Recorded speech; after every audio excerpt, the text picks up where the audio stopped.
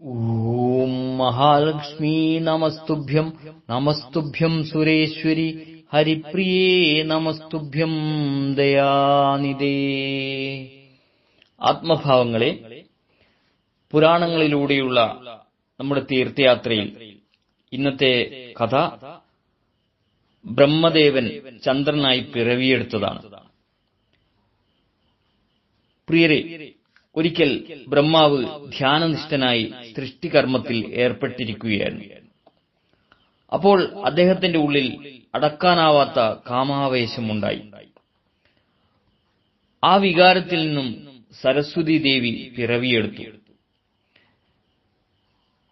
തന്റെ കാമവികാരത്തിൽ നിന്നും പിറവിയെടുത്തവളാണെങ്കിലും സർവമോഹിനിയായ സരസ്വതിയെ കണ്ടപ്പോൾ ബ്രഹ്മദേവന് അവളിൽ പ്രേമമുണ്ടായി. ദേവൻ ജ്ഞാനദൃഷ്ടികൾ കൊണ്ട് ഈ തോന്നലിന് ആധാരം കാമദേവനാണെന്ന് മനസ്സിലാക്കി.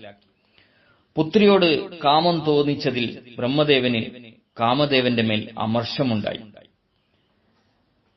കാമദേവന്റെ അനുനയ വാക്കുകൾക്കൊന്നും കുപിതനായ ബ്രഹ്മദേവനെ ആശ്വസിപ്പിക്കാനായില്ല.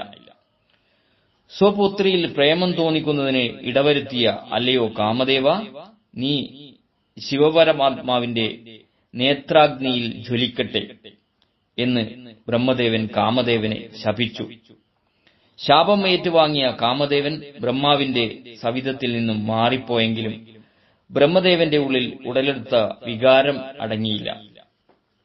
കാമാവേശത്താൽ പീഡിതനായ ബ്രഹ്മദേവൻ സ്വരക്ഷയ്ക്കായി ആ വികാരത്തെ അത്രി മഹർഷിയിൽ നിക്ഷേപിച്ചു. മഹർഷിയാകട്ടെ അത് പത്നിയായ അനസൂയക്ക് കൊടുത്തു. പക്ഷേ സ്വാത്വിയും തപസ്വിനിയുമായ അനസൂയക്ക് അത്ര വലിയ വികാരം താങ്ങാനുള്ള നിർവാഹം ഇല്ലാത്തതിനാൽ ഭർത്താവിന് തന്നെ തിരിച്ചു കൊടുത്തു. അത്രി മഹർഷി ആ വികാരത്തെ കണ്ണിൽ ആവാഹിക്കുകയും കണ്ണിലൂടെ ജന്മം നൽകുകയും ചെയ്തു. ഇങ്ങനെ അത്രി മഹർഷിയുടെ മിഴികളിലൂടെ ജന്മം കൊണ്ട വികാരമാണ് ചന്ദ്രൻ.